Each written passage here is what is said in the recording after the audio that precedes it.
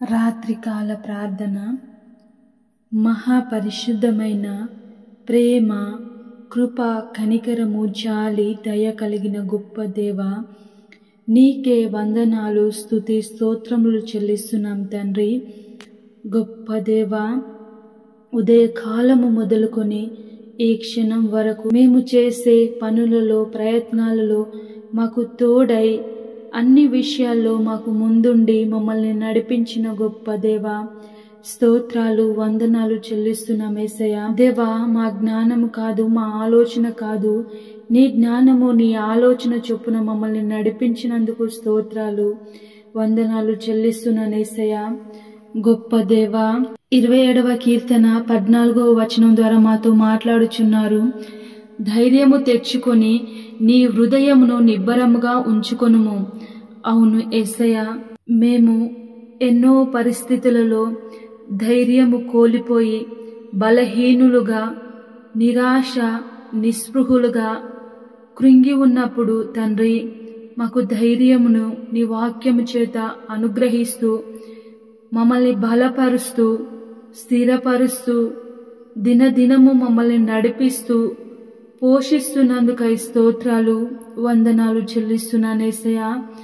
దేవా, ధైర్యము తెచ్చుకొనుడి, ధైర్యముగా ఉండుము అని తండ్రి పరిశుద్ధ గ్రంథంలో సంవత్సరంలో 366 రోజులు ఏ ఒక్క రోజు కూడా లీప్ సంవత్సరముని కూడా వదిలిపెట్టకుండా 366 రోజులు భయపడకండి, ధైర్యముగా ఉండండి నీ వాక్యము ద్వారా మాట్లాడారు. స్తోత్రాలు, వందనాలు చెల్లిస్తున్నాం యేసయ్యా. దినదినము మమ్మల్ని బలహీనులుగా గాక బలవంతులుగా చేస్తూ నిత్యము నీ సన్నిధిలో నీ కృప భద్రత నీడలో క్షేమముగా మమ్మల్ని కాచి కాపాడుతూ నడిపిస్తున్నందుకు స్తోత్రాలు, వందనాలు చెల్లిస్తున్నాను యేసయ్యా.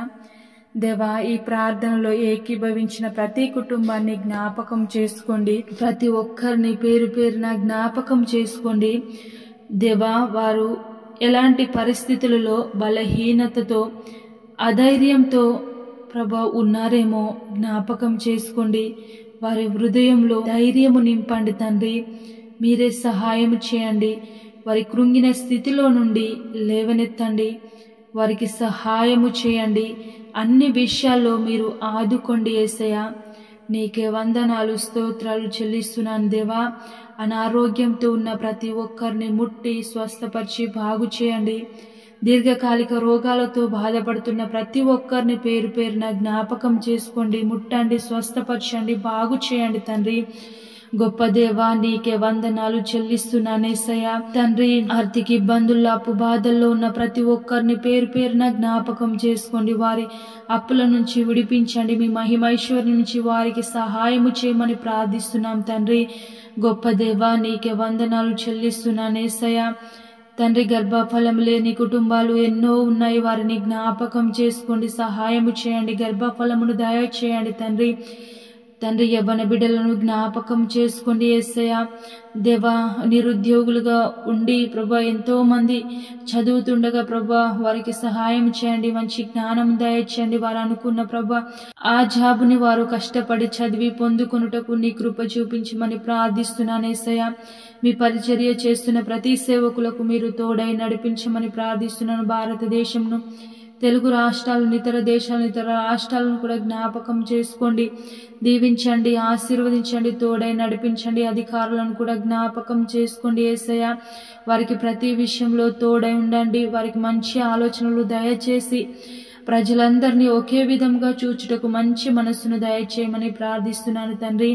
దేవా, భారతదేశం చుట్టూ ఉన్న సైనికులను జ్ఞాపకం చేసుకోండి, వారి కుటుంబాలకు తోడై ఉండండి యేసయ్యా. ఈ నైట్ ప్రయాణంలో, నైట్ డ్యూటీలో ఉన్న ప్రతి ఒక్కరిని జ్ఞాపకం చేసుకోండి, వారికి తోడై ఉండండి తండ్రి. దేవా, మేము పడుకొని చుండగా మాకును తోడై ఉండండి. మా బిడ్డల చుట్టూ, మా కుటుంబం చుట్టూ ప్రత్యేకమైన దేవదూతల సైన్యంని కంచెగా ఉంచండి. దుష్టులు, దుర్మార్గులు, సాతాను సంబంధులు వేసే ప్రతి పన్నాగము, ఎత్తుగడ నుంచి మమ్మల్ని విడిపించి తోడై నడిపించమని ప్రార్థిస్తున్నాను యేసయ్యా. తండ్రి, దుష్ట ఆలోచనలు చెడు తలంపులు, చెడు ఆలోచనలు, చెడు వాటన్నింటిని మా నుండి దూరపరిచి ప్రశాంతమైన నిద్రను దయచేసి రేపటి గూర్చి మమ్ము సిద్ధపరచుమని పరిశుద్ధుడు నజరేయుడైన యేసయ్య నామములో ప్రార్థించి అడిగి వేడుకుంటున్నాము తండ్రి. ఆమెన్.